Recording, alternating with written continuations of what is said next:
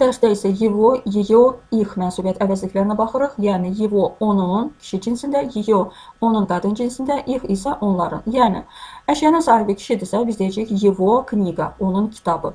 Əşyanın sahibi qadındırsa deyəcəyik ее книга, onun kitabı və cəm şəkildə isə onların их книга, onların kitabı. Misallara baxaq. Это он, bu odur.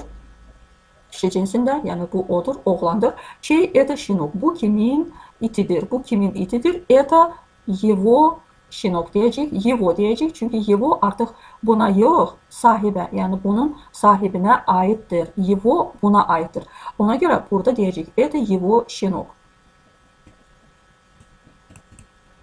Чья это конфета, bu kimin konfetidir. Baxmayaraq ki, konfeta sözü qadın cinsindədir. Biz yenə də его deyəcəyik. Это его konfeta. Yəni həmin oğlanın konfetidir. Çünki его kişi cinsindədir və biz его sözün bu əşyanın sahibinə aid edəcəyik.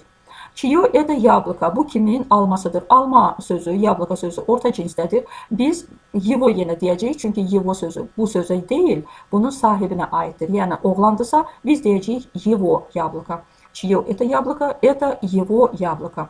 Bu kimin almasıdır, bu onun almasıdır.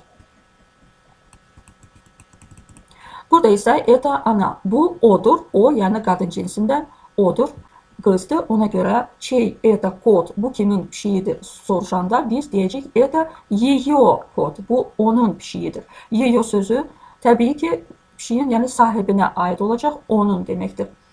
Это ее кот, bu onun pişiyidir.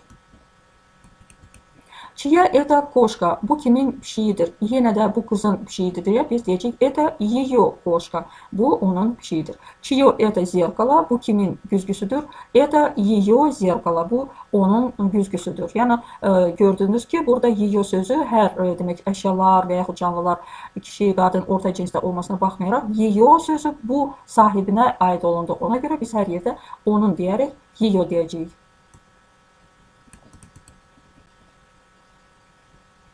Burada isə cəmdir. Это мы, bu bizik. Чей это учитель, bu kimin müəllimidir? Kimin bu müəllimidir? Bizim deyəndə biz, daha doğrusu bu onların deyəndə biz deyəcəyik это их учитель, bu onların müəllimidir. İlk sözü, yəni bunlara aiddir, учителя deyil.